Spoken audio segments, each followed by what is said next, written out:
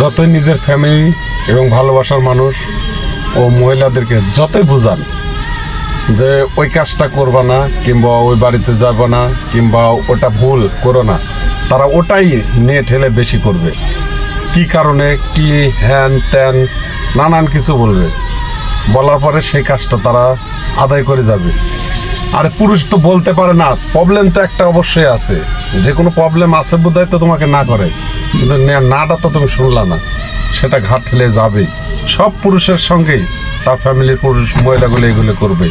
আসলে এগুলো মহিলাগো কিছু স্বভাব, কিছু নিয়ম, আর কিছু তাদের জেদ। কিন্তু সেই জেদে যে একটা পুরুষ ছোট হচ্ছে, পুরুষের মন ভাঙতেছে, তাদের দেখার কোনো ব্যাপার নেই। আসলে তাদের জিদটাই হলো বড়।